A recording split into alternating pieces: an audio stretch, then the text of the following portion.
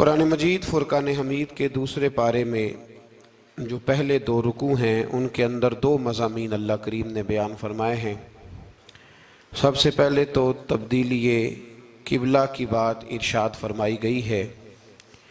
अहले यहूद ये ताना देते थे कि दीन नया ले आए हैं लेकिन किबला वही हमारे वाला पुराना है। तो नबी करीम अलैहिस्सलाम ने मदीना मुनव्वरा में भी 16-17 महीने बैतुल मक़दस की तरफ मुँह करके नमाज अदा फरमाई।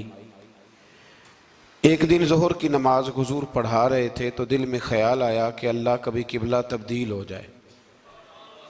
दो रखतें हुजूर ने बैतुल मुक़द्दस की जानिब मुँह करके नमाज पढ़ी और हुजूर ने जैसे ही अपनी तवज्जो आसमान की तरफ फरमाई तो रब करीम ने फरमाया, महबूब हम आपका बार बार आसमान की तरफ देखना मुलाहजा कर रहे हैं, आप जिधर मुँह करेंगे हम उधर ही किबला बना देंगे।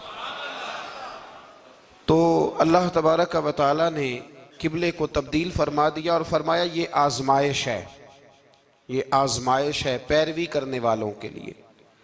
बहुत सारे लोग ऐसे होंगे जो उल्टे पांव फिर जाएंगे कि कल किबला और था और आज किबला और है, लेकिन बहुत सारे ऐसे हैं, बल्कि सारे ही ऐसे हैं इन्होंने सवाल ही कोई नहीं किया। उनकी तवज्जुहात का किबला मेरे नबी करीम अलैहिस्सलाम की ज़ात है, कोई सवाल नहीं किया। हुजूर के पीछे सहाबा ने नमाजें अदा की। फिर इन्हीं दो रुकुओं के अंदर अल्लाह तबारक व तआला ने इस बात की भी वजाहत फरमाई कि अब मुसलमान जहाँ कहीं से भी आएँ वो अपना रुख मस्जिदुल हराम की तरफ कर लें, बैतुल्लाह शरीफ की तरफ कर लें और उसी तरफ मुँह करके वो नमाज़ पढ़ें। और इन्हीं इब्तदाई दो रुकू जो हैं इनके अंदर अल्लाह ताला ने यह भी बयान फरमाया कि मुसलमान दरमियानी उम्मत है, उम्मत वस्त है।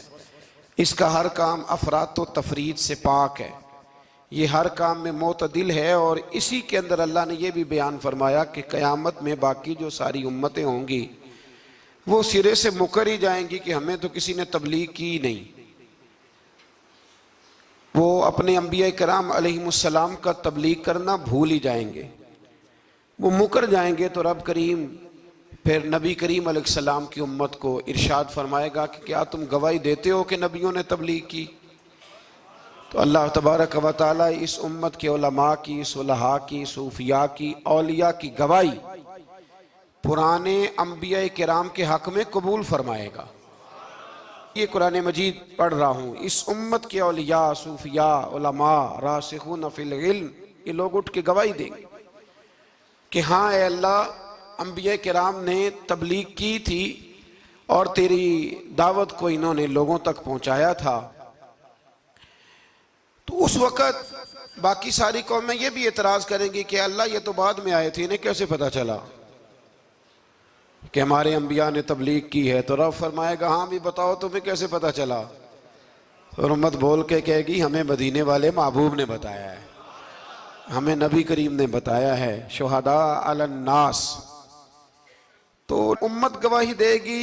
व यकून रसूल अलैकुम शहीदा, और फरमाया फिर मेरे रसूल अपनी उम्मत पर गवाही देंगे। फिर नबी करीम अलैहिस्सलाम उम्मत पर गवाही देंगे और इस तरह इस उम्मत की गवाही अल्लाह तबारक व तआला कबूल फरमा के बाकी सारे अंबिया कराम अलैहिमुस्सलाम के तशरीफ़ लाने को कबूल फरमाएगा। और इस गवाही को मंजूर करके अब उम्मतों पर हद जारी की जाएगी कि तुम्हें तबलीग की गई थी, फिर तुमने उस बात को कबूल क्यों ना किया। फिर जब हम बढ़ते हैं ना दूसरे से तीसरे रुकू की जानिब, तो इसमें अल्लाह तबारक व तआला ने दूसरे रुकू से पहले एक बड़ा खूबसूरत फरमान जो बड़ा ज़ुबान ज़द ख़ास व आम है, इरशाद फरमाया फ़ज़्कुरूनी अज़्कुरकुम, तुम मुझे याद करो मैं तुम्हें याद करूँगा। वशकुरूली वला तकफुरून, और मेरा शुक्रिया अदा करो नाशुक्री न करो। वो पीर मेहरे अली शाह साहब, किथे मेहरे अली, किथे मेहरे अली, किथे वो पीर साहब पाक पतन शरीफ तशरीफ ले गए तो वहाँ नारा लग रहा था हक फरीद या फरीद। तो कुछ लोग होते हैं ना फटाफट एतराज़ करते हैं, तो एक साहब ने पीर साहब से कहा ये क्या नारा लग रहा है? तो आप फरमाने लगे ये कुरान सच्चा हो रहा है। कहा क्या मतलब? फरमाया अल्लाह का वादा है तुम मेरा जिक्र करो मैं तुम्हारे चर्चे करा दूंगा। तो फरमाया फरीदुद्दीन ने सारी ज़िंदगी रब रब किया है, अब उनके जाने के बाद अल्लाह फरीद फरीद करवा रहा है। तो इससे आगे जब हम चलते हैं दूसरे से तीसरे रुकू में तो बड़ी मारूफ आयात या अय्युहल्लज़ीना आमनू इस्तईनू बिस्सब्रि वस्सलात इन्नल्लाहा मअस्साबिरीन, सब्र का हुक्म दिया गया और जो सब्र करे उसको अल्लाह ने अपनी मईयत की बिशारत सुनाई। फिर जो उसके रास्ते में कत्ल हो जाए उन्हें मुर्दा कहने से मना किया। फिर फरमाया तुम्हें मुशक्कत झीलनी पड़ेगी, तुम्हें आजमाया जाएगा, तुम्हें भूख से, फलों और जानों की कमी से, खौफ से आजमाया जाएगा। और फिर जो सब्र करेगा फरमाया उसे अल्लाह ताला बिशारत भी अता फरमाएगा और उस पर रब करीम अपनी रहमतों का नुज़ूल भी फरमाएगा। और फरमाया यही वो लोग हैं हुमुल मुहतदून, जिनको सब्र करना आता है, जिनमें हौसला है, जिनमें तहम्मुल मिजाजी है। फरमाया यही वो लोग हैं जो अपने रब की तरफ से हिदायत पर हैं। असल हिदायत उस आदमी के पास है जिसमें फिर कुछ सब्र भी है, कोई हौसला भी है, कुछ सुकून भी है। फिर इससे आगे जब हम बढ़ते हैं तो अल्लाह तबारक व तआला ने थोड़े से मसाइल हज बयान फरमाए। फिर इससे आगे जाके अल्लाह तबारक व तआला ने अपने रब होने की कुछ निशानियां, कुछ अलामतें बयान फरमाई और वो वाली अलामतें बयान फरमाई जो इंसानी शऊर के मुताबिक हैं, जिनको इंसान रोज देखता है। फरमाया ज़मीन आसमान के पैदा करने में और रात और दिन के इख्तलाफ होने में, कि जब रात होती है तो दिन नहीं होता और जब दिन होता है तो फिर रात नहीं होती। और फरमाया ये जो मनो टनो वजन लेके दरिया और कश्ती समुंदर में चलती है, फरमाया इसमें, और जब हम आसमान से पानी बरसा कर ज़मीन से फल उगाते हैं तो ये सारी चीज़ें देख के समझ जाओ ये खुद नहीं बनी, इन्हें कोई बनाने वाला है, इन्हें कोई बनाने वाला है। इन आयात के अंदर अल्लाह तबारक व तआला ने अपने होने की अलामतें बयान की और फिर इसी मजमून में आगे जल के फरमाया कि जब मेरे बंदे मेरी ये निशानियां देखते हैं तो वल्लज़ीना आमनू अशद्दु हुब्बन लिल्लाह, फिर ईमान वाले अपने रब से शदीद मोहब्बत करते हैं, फिर वो अपने रब से शदीद मोहब्बत करते हैं। और फिर अल्लाह ताला ने इसी रुकू में आगे जाके इरशाद फरमाया कि बनाया सारा कुछ तुम्हारे लिए है, बनाया सारा कुछ। ये चौथे से पांचवा रुकू आप देखेंगे, फरमाया बनाया सारा कुछ तुम्हारे लिए है पर तुमने वो खाना है जिसके खाने की तुम्हें इजाजत दी गई है, हलालन तय्यिबा, पाकीज़ा चीज, सारा कुछ तुम्हारे लिए है पर जिसकी इजाजत मिले तुमने वही। कुछ चीजों की यहाँ खाने की मुमानत है लेकिन जन्नत में वो चीजें खाने की इजाजत होगी। तो फरमाया तुम हलाल और तय्यब चीज खाओ। शैतान तो तुम्हें बेहयाई का और बुराई का हुक्म देता है लेकिन तुम उस तरफ आओ जिस चीज का तुम्हारा रब तुम्हें हुक्म इरशाद फरमाता है। फिर अल्लाह तबारक व तआला ने इसी पारे के अंदर, इन्हीं आयात मुकद्दसा के अंदर चौथे से पांचवें रुकू में चार उन चीजों का बयान फरमाया जो कतई तौर पर हराम है। चार वो चीजें जो कतअन हराम है, उनमें सबसे पहले इरशाद फरमाया कि मुर्दार, जो जानवर ज़िबा ना किया जाए और बगैर ज़िबा के मर जाए, वो खाना हराम है। फिर इरशाद फरमाया बहता हुआ खून, ये भी हराम है। अब आप कहेंगे वो तो खून लगता है रोज लोगों को, वो तो लगता है, बोतलों की बोतलें नौजवान खून देते हैं। तो इसमें हमारे बुजुर्गों ने मसला ये बयान फरमाया कि जरूरत के लिए देना जायज है, मजबूरी हो तो फिर खून देना, जिस तरह इंसान मर रहा हो तो उसके लिए मुर्दार खाना भी जायज है। तो कोई बीमार, इतना बीमार कि अब डॉक्टर कहे कि सिवाय खून के कोई और चारा नहीं है तो वो देना जायज है बिल्कुल। जो देगा अल्लाह उसे अजर भी अता फरमाएगा। तो इसी तरह तीसरे नंबर पर सूअर का गोश्त, ये भी कतअन हराम है, कोई ऐसी सूरत ही नहीं कि जो इसको जायज किया जा सके। और फिर अल्लाह तबारक व तआला ने इसी आयत में उसका भी जिक्र फरमाया जिस पर लोग अकीदे के लिहाज से बड़ा धोखा देते हैं। फरमाया वमा उहिल्ला बिही लिगैरिल्लाह, और वो जिस पर वक्ते ज़िबा गैरुल्लाह का नाम लिया जाए, जिस पर वक्ते ज़िबा, जिस पर गैरुल्लाह का नाम लिया जाए वो जानवर भी हलाल है। इस आया मुबारका को सामने रख के ना बड़ा उलझाव पैदा किया जाता है, जिस पर गैर का नाम आ गया वो हराम हो गया। लिहाजा किसी ने कह दिया कि ये बकरा गौसे आजम के नाम का रखा है तो ये हराम है, और किसी ने कहा कि ये मैंने 11वीं शरीफ के लिए दुम्बा रखा है कुर्बानी, हुजूर गौसे आजम के साले सवाब के लिए दूंगा तो ये दुरुस्त नहीं। तो भाई याद रखो वक्ते ज़िबा, यहां तमाम मुफस्सिरीन ने यही लिखा है कि वक्ते ज़िबा किसी और का नाम लिया तो फिर वो हराम। देखे ना, किसी बंदे ने अगर कह दिया कि ये दुम्बा जैद का है, 4-5 दुम्बे बकरे घूम रहे थे, किसी ने कह दिया जैद का है, ये बकर का है, ये अमर का है, ये साद का है, अब क्या ये लफ्ज कहने से वो हराम हो जाएगा? रोज कहते हो कि नहीं कहते? तो अजीब फलसफा है ना लोगों का। अगर आपने कह दिया गौसे पाक के साले सवाब के लिए है तो फिर वो हराम हो गया जी। तो अगर ये कहा जाए कि मैंने बेटे के अकीके के लिए रखा है, फिर भाई अगर वलीमे के लिए रखा हो तो वो तो कह रहा मैंने बेटे के लिए रखा हुआ है, हालांकि बकरा तो अल्लाह के नाम का है। तो बिला वजह लोग उसमें ऐसी चीजें पैदा करते हैं। तो इसको समझ लें, ये कुरान मजीद की आयत नंबर 173 है जिसमें अल्लाह तबारक व तआला ने बड़ी वजाहत के साथ उन चीज़ों का जिक्र फरमाया जिनका खाना बिल्कुल नाजायज़ है। तो वो 4 चीज़ें आपकी समझ में आ गई थी। सबसे पहले मुर्दार, फिर बहता हुआ खून, फिर सुअर का गोश्त, और चौथे नंबर पे वो जानवर जिस पर वक्ते ज़िबा करते वक्त कहा जाता है ना बिस्मिल्लाह है। हाँ, अब मुर्गा खरीदने जाओगे ना तो उससे कहना जरा ऊंचा पड़े। मैंने एक से पूछा, मैंने कहा तू तकबीर ही नहीं पढ़ता? कहता मैंने पक्की पढ़ के छुरी पे फूंक ली है। तो मैंने कहा ये कौन सा नया दीन निकला है? कहते छुरी पे फूंक ली है तो अब पक्की हो गई छुरी। तो मैंने कहा छुरी के साथ अगर किसी ने प्याज काट लिया तो फिर तेरी फूंक का क्या बनेगा? तो वो तो गई ना जी। तो इसलिए ये जानवर जब हलाल होगा जब कहा जाएगा बिस्मिल्लाह है अल्लाहु अकबर। फिर आगे 5वें से 6ठे रुकू में जो पहली आयत है ना, उसमें अल्लाह ताला ने एक चीज के बारे में नसीहत फरमाई है। जब ये किबले की तब्दीली की बात हुई तो यहूदी भी अपने किबले पर इसरार करने लगे, ईसाई भी अपने किबले पर इसरार करने लगे। वो कहने लगे मशरिक की जानिब मुंह करके नमाज पढ़नी है, ये कहने लगे मगरिब की जानिब मुंह करके नमाज पढ़नी है। तो अल्लाह करीम ने फरमाया ये तो नेकी नहीं कि मुंह मशरिक की जानिब करो या मगरिब की जानिब करो। तो या अल्लाह नेकी क्या है? फरमाया नेकी वलाकिन्नल बिर्र मन आमन बिल्लाहि वल यौमिल आखिर। फरमाया नेकी तो ये है कि अल्लाह और आखिरत पर ईमान लाओ। नेकी ईमान का नाम है। फिर फरमाया फरिश्तों पर, किताबों पर, नबियों पर ईमान लाओ और अपना माल खर्च करो अल्लाह की मोहब्बत में, रिश्तेदारों पर, यतीमों पर, मिस्कीनों पर, मुसाफिरों पर, मांगने वालों पर, गुलाम आजाद कराने के लिए। और फरमाया नेकी तो ये है कि नमाज कायम करो, ज़कात अदा करो, अपने वादे पूरे करो जब तुम वादा कर लेते हो, और जब तुम्हें कोई मुसीबत पहुंचे उस पर सब्र करो।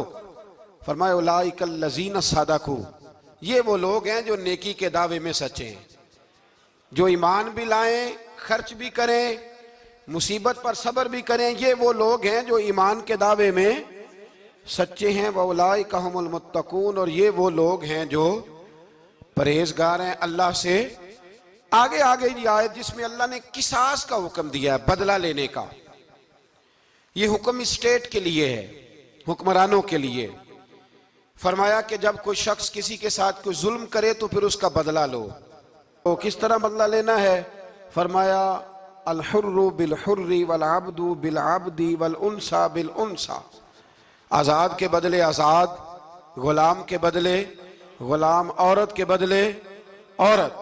हाँ, अगर कोई वारिस माफ कर दे तो बात अलग है, वरना बदला लो। और कुरान मजीद ने यहाँ इरशाद फरमाया कि अगर तुम बदला लोगे तो जिंदगी मिलेगी, तुम्हें जिंदगी मिलेगी। अगर हुक्मरान मुजरिमों को सजा देंगे तो बाकी लोगों की जिंदगी महफूज रहेगी, बचेगी। हुक्म दिया गया यहाँ के बदला लिया जाए। फिर जब हम 6ठे से 7वें रुकू की तरफ चलते हैं तो इसमें अल्लाह ने रोजे का हुक्म दिया, रमजान की फजीलत बयान की, और इरशाद फरमाया गया कि जो रोजा ना रख सके वो फिदियतुन तामुन मिस्कीन, जो तो मरीज हो, बीमार हो, वो तो उतने रोजे जो है वो अगले दिनों में रख ले। और आगे जाके ये भी बताया गया कि जो ज्यादा ही बीमार हो फिर वो एक मिस्कीन का फिदिया दे दे, खाना दे दे। फिर इसी आया करीमा में रब करीम ने फरमाया अगर तुम मुझसे दुआ मांगोगे इसी रुकू में तो फरमाया मैं तुम्हारी दुआओं को भी जरूर कबूल करूंगा।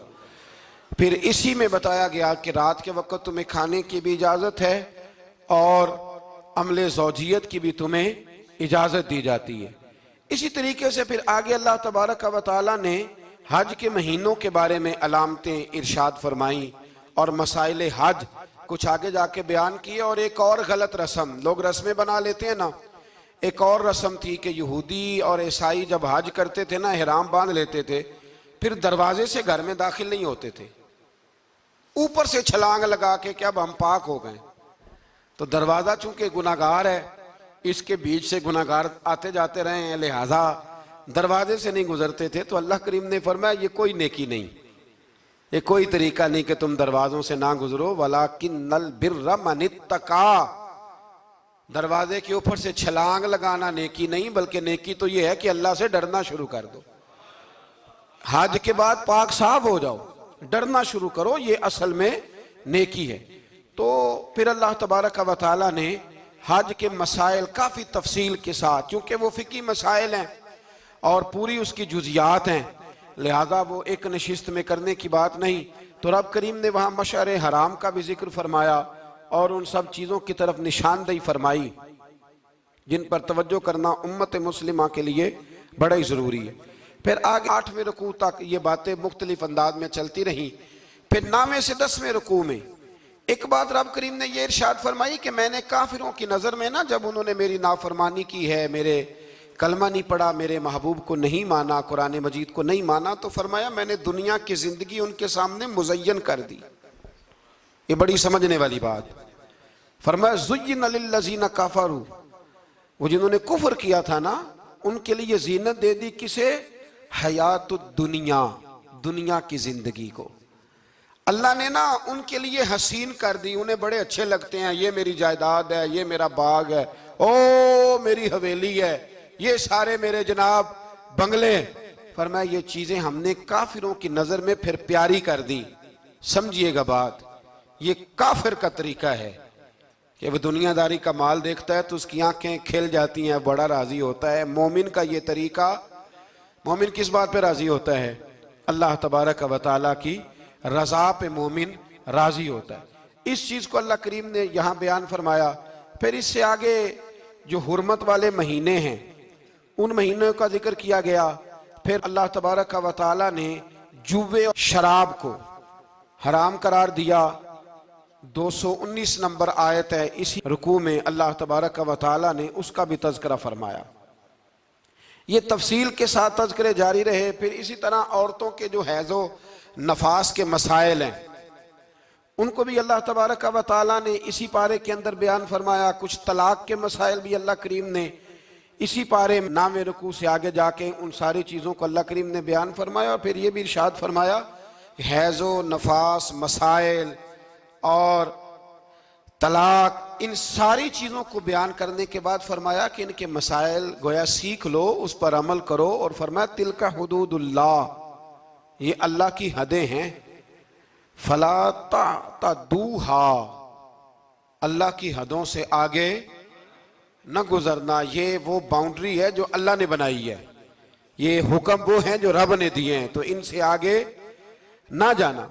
तो बितफसील इन सारी चीज़ों का यहाँ बयान फरमाया गया। और वो मसाइल जो बड़ी तेज़ी से लोग उलझा देते हैं उनका भी अल्लाह करीम ने यहाँ जिक्र फरमाया। बीच में कुछ आयात ऐसी हैं जो ज़्यादा तवज्जो के काबिल हैं और हमारी रोज़मर्रा की ज़िंदगी में हमें उनकी बड़ी अशद ज़रूरत है, जो अगरचे मसाइल फ़िक़ा तो नहीं लेकिन ज़रूरत के लिहाज से, रोज़मर्रा के इखलाकी रवैयों के लिहाज से उसकी बड़ी ज़रूरत है। उन चंद आयात का भी हमने इंतखाब किया, इंशाअल्लाह उस पर भी कुछ बात करता हूँ। इस पारे के आखिर में ना अल्लाह करीम ने एक वाक़या बयान फरमाया है। इसमें अल्लाह तबारक व तआला ने ना बनी इसराइल का एक वाक़या बड़ी तफसील के साथ, और वो इस पारे के इख्तिताम पर अक़ीदे के लिहाज से, नज़रिए के लिहाज से, समझने के लिहाज से बड़ी अहम चीज़ है, उस पर ज़रूर गौर फरमाएं। वो ये हुआ कि बनी इसराइल के अंदर हमेशा ऐसे होता था कि अल्लाह तबारक व तआला एक पैगम्बर और एक बादशाह, बनी इसराइल के अंदर हमेशा नबी और बादशाह मौजूद रहते थे। एक वक्त ऐसा आया कि बनी इसराइल में कोई नबी नहीं थे और बनी इसराइल का जो अपना इलाका था ना वो मुल्क शाम है। तो कौम अमाल का एक कौम थी और बड़े सख्त गिर लोग थे। उन्होंने बनी इसराइल वालों के साथ लड़ाई की, जिहाद किया और इन्हें इनके इलाके से निकाल दिया। और कुछ हजरत यूसुफ अलैहिस्सलाम के ज़माने में वैसे भी एक बहुत बड़ी तादाद जाके मिस्र में आबाद हो गई थी। अब ये हुआ कि इनके पास कोई बादशाह नहीं है, ये बार बार दुआ करते हैं, इल्तिजा करते हैं, तो अल्लाह ताला ने एक पैगम्बर इन्हें अता किए जिनके मुख्तलिफ नाम किताबों में हैं। सदरुल फाज़िल रहमतुल्लाह अलैह ने तफसीर ख़ज़ाइनुल इरफ़ान के अंदर उनका नाम हज़रत शमवील अलैहिस्सलाम लिखा है। हज़रत शमवील अलैहिस्सलाम को अल्लाह ताला ने नबुव्वत अता फरमाई, और जब हज़रत शमवील अलैहिस्सलाम अल्लाह के नबी हुए, बनी इसराइल वालों को यकीन आया कि अल्लाह ने अल्हम्दुलिल्लाह हमें एक नबी के झंडे तले जमा कर दिया है, तो फिर उन्होंने कहा कि आप हमारे सामने एक बादशाह भी मुकर्रर करें ताकि हम उसकी सरपरस्ती में जिहाद करें। जब इन्होंने ये बात की तो अल्लाह तबारक व तआला ने हज़रत शमवील अलैहिस्सलाम के ज़िम्मे लगाया। तो एक उस ज़माने में अल्लाह के नेक बंदे थे, जनाब तालूत अलैहिस्सलाम उनका नाम था। तो हज़रत शमवील अलैहिस्सलाम ने उन्हें कहा कि अल्लाह करीम ने ना तुम्हारा बादशाह तालूत को बनाया है, उनका नाम भी कुरान मजीद ने जिक्र फरमाया है। तो बनी इसराइल के लोग कहने लगे ये तो गरीब आदमी है, वो बकरियां चराया करते थे, लेकिन इल्म में बड़े पुख्ता थे, वजूद में बड़े ताकतवर थे। तो कहा कि ये तो गरीब आदमी है, तो हम तो ज़्यादा हक रखते थे कि हमें बादशाह बनाया जाए। तो हज़रत तालूत अलैहिस्सलाम के बादशाह बनने के बाद हज़रत शमील अलैहिस्सलाम ने जो बात की, अल्लाह करीम ने उसे कुरान मजीद में बयान फरमाया। रब फरमाता है बस्ततन फिल इल्म वल जिस्म, इसे इसलिए तुम्हारा बादशाह बनाया गया है कि इसे हमने कुशादगी दी है, इल्म में भी और जिस्म में भी। बड़े माशाल्लाह मोटे ताज़े थे, वजूद बड़ा ताकतवर था। कुछ मोटे ताज़े होते हैं पर ताकतवर नहीं होते, मोटे ताज़े भी थे और ताकतवर भी थे। फरमाया कि वजूद में भी ताकत है और इल्म में भी अल्लाह ने इन्हें वुस्अत अता फरमाई। तो बनी इसराइल वाले कहने लगे जी नहीं जी, कोई बंदा और आ जाए, ये हमारा बहुत बड़ा मसला है ना जी, हर एक की मर्जी की ना तो बात हो सकती है और ना हर बंदा हर एक की मर्जी पर पूरा। कहने लगे नहीं जी, कोई और होना चाहिए था, हमें कैसे पता चलेगा कि अल्लाह ने मुकर्रर किया है। बड़ी खास बात है, इसको समझिएगा, ये सारा मजमून आपको मिलेगा इसी पारे के आखिर में, आप पढ़ेंगे ना जी, तो ये सारा मजमून आपको मिलेगा। और आप अगर सरसरी नज़र से भी इसका मुताला करेंगे ना, जाके कुरान शरीफ खोल के 15वें से 16वें रुकू में, आप खुश होंगे कि आप कितने अच्छे नजरिए और अकीदे के मानने वाले हैं।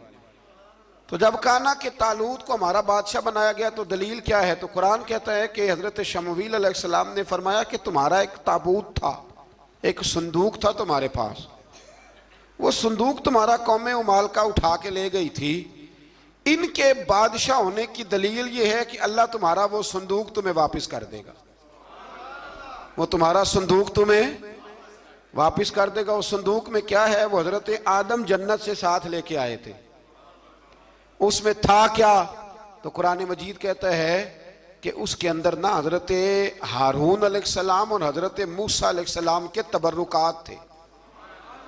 तबर्रुकात, कल मैं एक मौलवी देख रहा था, बेचारा एक बंदा ना मस्जिद नबी के साथ गुलाफ और शायद कोई कफन था, वो मस्जिद नबी की दीवारों से मस कर रहा था। तो वो कह रहा था नहीं, इससे क्या होता है, तबर्रुक कोई चीज़ नहीं, अच्छे अमाल की वजह से बंदा बख्शा जाएगा। मैंने कहा तू मुझे मिले तो मैं तुझे बुखारी खोल के दिखाऊं कि हजरत अब्दुर्रहमान इब्ने औफ जिन्हें हुजूर ने कतई जन्नती कहा, हुजूर के वजूद पर कुर्ता देख के कहने लगे हुजूर बड़ा ही सोना लग रहा है। तो फरमाया तुझे चाहिए, हुजूर मिल जाए तो क्या ही बात है। नबी पाक ने अता किया तो सहाबा कहने लगे अब्दुर्रहमान आपको तो ज़रूरत नहीं थी, आपके पास तो बड़े लिबास हैं, तो ये कुर्ता हुजूर ने कबूल कर लिया, कोई लेके आया और आपने मांग लिया। तो वो रो पड़े, कहने लगे पहनने के लिए नहीं मांगा, ये हुजूर के जिस्म से लग गया है, मैंने कफन बनाने के लिए मांगा है। तू कहता है हुजूर के तबर्रुक में खैर कोई नहीं। और आप यकीन करें उन लोगों पे हैरानगी है, हमने भी मरना है ना जी, बड़ी जल्दी कब्र में जाना है, वक्त का कुछ पता नहीं, लेकिन इतने अंधे होकर लोग चीजों को देखते हैं और इस तेजी के साथ गुमराही फैलाते हैं। मुझे बाकायदा किसी ने वीडियो भेजी और कहने लगा जी देखें कितनी अच्छी बात कर रहा है, लोगों को समझाएं। तो मैंने कहा नहीं, इसको समझाने की जरूरत है और मैंने उसको देखा है, वो जो लाल रुमाल वाला, मैंने देखा है वो ढूंढ ढूंढ के जाहिलों को पकड़ता है, तलाश करता है, और अगर कोई मिल जाए बात बताने वाला तो फिर वो खुद पकड़ा जाता है, और कई दफा पकड़ा गया तो निकल गया है। अल्लाह ताला हमें समझने की तौफीक दे, हम सियाने हो जाए तो ये दूर दूर तक नजर नहीं आएंगे इंशाअल्लाह। तो वो ताबूत आएगा, बनी इसराइल वालों से कहा ताबूत में क्या था सुन लो, और ये कुरान मजीद है। आज मेरी मानना ये 15वें से 16वां रुकू जरूर ही पढ़ना कि वो आखिर ताबूत में क्या था, खोलना जरा। कुरान मजीद कहते हैं कि हजरत मूसा अलैहिस्सलाम और हजरत हारून के तबर्रुक थे। तो तबर्रुक क्या थे? तमाम मुफस्सिरीन ने लिखा है कि हजरत मूसा का एक कुर्ता था, एक डंडा था, जूते थे, और जनाब हारून अलैहिस्सलाम का इमामा शरीफ था, और तौरात की कुछ तख्तियां थी। तो उसका फायदा क्या था? उस ताबूत का फायदा यह था कि बनी इसराइल वाले जब अपने दुश्मनों से लड़ते थे, ताबूत सामने रख के दुआ मांगते थे, अल्लाह इन्हें कामयाबी अता कर देता था। तो कौम अमालका को भी पता चल गया कि संदूक में कुछ है जिसकी वजह से ये कामयाब हो जाते। वो संदूक उठा के ले गए। अब उनकी कमबख्ती ये, कम नसीबी ये कि उन्होंने जाके उसे रूढ़ी पे फेंक दिया। जब रूढ़ी पे फेंका तो उनके अंदर बीमारियां आ गई, वबाएं फूट पड़ी, मरने लगे, वजूद फूलने लगा। फिर उनके दिलों में बात आई कि ये हमने इस संदूक की बेअदबी की है। संदूक में क्या है? तबर्रुकात। हमें कहते हैं जी नालैन का नक्शा क्यों लगाया है? तुम्हारे तो बुजुर्गों का कीदा है, सर पे रखने को मिल जाए अगर नक्शे नाले पाके हुजूर, तो फिर कहेंगे कि हाँ ताजदार हम भी हैं। तो कहा कि उसके अंदर ये तबर्रुकात थे। उन्हें भी समझ में आई तो उन्होंने ना बैलगाड़ी मंगाई और वो संदूक उठा के उसके ऊपर रख दिया। अब क्या हुआ? कुरान कहता है कि फरिश्तों ने ना उस संदूक को वहां से उठाया।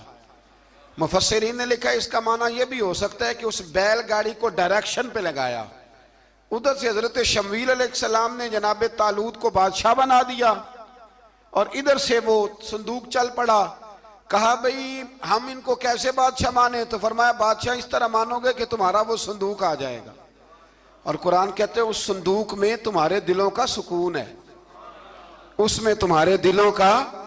और भाई हमारी तो कोशिश होती है बुजुर्गों से कोई चीज मिल जाए, अल्लाह वालों का कोई तबर्रुक हमारे हाथ आ जाए।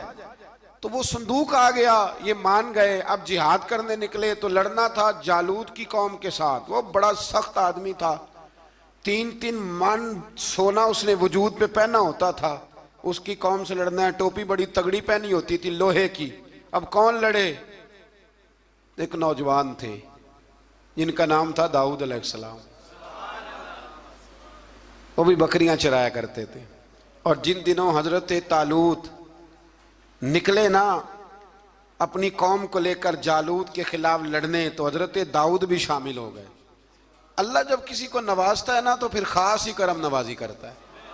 मुफस्सिरीन ने लिखा जब ये जा रहे थे ना, वहां जा रहे थे तो रास्ते में इन्हें 3 पत्थर मिल गए। इन्होंने वो तीनों पत्थर उठा लिए।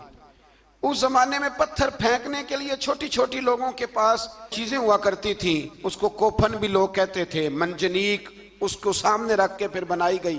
तो आपके पास भी वो आला था जिससे दुश्मन पर पत्थर मारे जाते थे। तो आप वो मशीन लेकर, वो आला लेकर वहां पहुंचे हुए थे। 3 पत्थर आपके पास थे। आप फरमाते उस दिन मैं बड़ा बीमार था, इतना बीमार था कि मेरा रंग पीला हो गया। अब वो जालूत के सामने कोई नहीं जाता था। तो जनाब तालूत कहने लगे कि जो जालूत को मारेगा ना, यानी इनके बादशाह को इस कौम के, तो मैं उसे अपनी आधी सल्तनत भी दे दूंगा और अपनी बेटी का निकाह भी उसके साथ कर दूंगा। देखें अल्लाह नवाजता है तो किस अंदाज में नवाजता है। तो हजरत दाऊद कहते हैं वो दूर खड़ा था तो मैंने ना 3 पत्थर मारे। भाई हिम्मत करना तो हमारे जिम्मे है कि नहीं? मेरी मिल्लत का जवान कहता मैंने करना कराना कुछ नहीं, यानी अगर आप कहें ना कुछ करो तो फिर वो कोई काम करने की मतलब मामला। वो मुझे कल एक संगी कह रहे थे, कहने लगे जी अल्लाह के फजल से कुछ भी नहीं करना पड़ा, मुर्शद ने नजर कर दी। मैं क्या मैनू मिलनगे तो मैं उन्होंने समझावांगा कि कुछ करा के नजर करया करो, क्योंकि मेरे वो दोस्त हैं, मैं उन्हें जानता हूं। नजर में बड़ा कुछ होता है लेकिन अल्लाह भी तो बंदे पे बड़ी नजर रहमत करता है ना। लेकिन कहता है 5 नमाजें पढ़, रमजान के रोजे रख, ज़कात फर्ज हो तो अदा कर, ये सारे काम कर, सच बोल, दयानतदारी कर, फिर मैं अपने फजल से तुझे जन्नत अता करूँ। तो ये जो रवैया हमने बनाया ये दुरुस्त नहीं। तो फरमाते हैं 3 पत्थर मैंने मारे, अल्लाह ने इतना फजल किया कि वो भी मर गया, और उससे छू के मेरे पत्थर आगे बढ़े तो उसकी फौज के 30 आदमी भी मर गए। 3 पत्थरों से 31 बंदे अल्लाह ने मार दिए। फरमाते इसलिए कि हाथ मेरे थे और ताकतें मेरे रब करीम की थी। तो हजरत दाऊद अलैहिस्सलाम के हिस्से में जनाब तालूत की साहिबजादी भी आई, आधी सल्तनत भी आई। काफी साल हजरत तालूत हयात रहे, फिर उनका विसाल हो गया, तो सारी सल्तनत हजरत दाऊद को मिली, और फिर अल्लाह तबारक व तआला ने उन्हें नबूवत भी अता फरमाई। ये दुनिया में वाहिद पैगंबर हैं जो बैक वक्त नबी भी थे और बादशाह भी थे। और फिर अल्लाह ने फजल फरमाया, इन्होंने बड़ी बड़ी फतूहात की। और फिर हजरत दाऊद के साहिबजादे का नाम हजरत सुलेमान अलैहिस्सलाम, फिर उनके साहिबजादे का नाम हजरत। तो ये हुआ कैसे? ये सारा कुछ अल्लाह तबारक व तआला के फजल से हुआ, उसके करम से हुआ। अब इस वाक़या से हमें क्या पता चलता है? हमें यह पता चलता है कि रब जब फजल फरमाए ना किसी पे भी, तो हमें उस बंदे को देख के राजी होना चाहिए, कोई शिकवा नहीं करना चाहिए। और दूसरी बात ये समझ लेना चाहिए कि हुकूमतें, माल, दौलत ये सिर्फ सियासतों से नहीं मिलती, ये खुदा के फजल से मिलती है। और ये भी समझ लेना चाहिए कि जो बुजुर्गों के तबरुकात होते हैं उनकी क्या ही बात होती है। चंद बातें ऐसी थी कि मेरा दिल करता था उनको दोहराया जाए और ख़ास करके उन बातों पर तवज्जो की जाए। यहाँ ना अल्लाह तबारक व तआला ने उन बातों में से एक बात का जिक्र फरमाया है। यहाँ 207 नंबर जो आयत है ना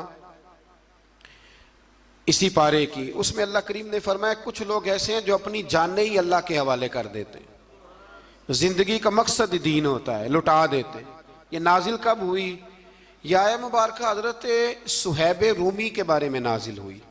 हजरत सुहैब रूमी रदी अल्लाह तआला अन्हु बड़े मालदार थे। मक्के से जब चले ना तो सारा माल मक्के में छोड़ दिया, इसलिए कि अल्लाह के रसूल मदीने चले गए। फरमाते हैं फिर मैंने मालो दौलत की परवाह नहीं की, फिर मैंने ये सोचा कि मैंने अपने हबीब के पास जाना है। सारा माल एक जगह पे दबाया और फरमाते हैं मैं मदीना तय्यबा के लिए जब निकला तो कुफार ने, कुरैश मक्का ने रोका, हम नहीं जाने देंगे। तो हज़रत सुहैब रूमी फरमाने लगे भाई सुनो, मैं कमज़ोर नहीं, मैं ताकतवर आदमी हूँ, और तुम में से कोई ऐसा माई का लाल नहीं जो तीर चलाने में मुझसे ज़्यादा सियाना हो, तलवार चलाने में मुझसे ज़्यादा अक्लमंद हो। जाना मदीने मैंने है। अब यह है कि तुम बताओ मेरे साथ तीरों तलवारों से लड़ोगे या मैं तुम्हें एक सौदा बताऊं वो सौदा करोगे?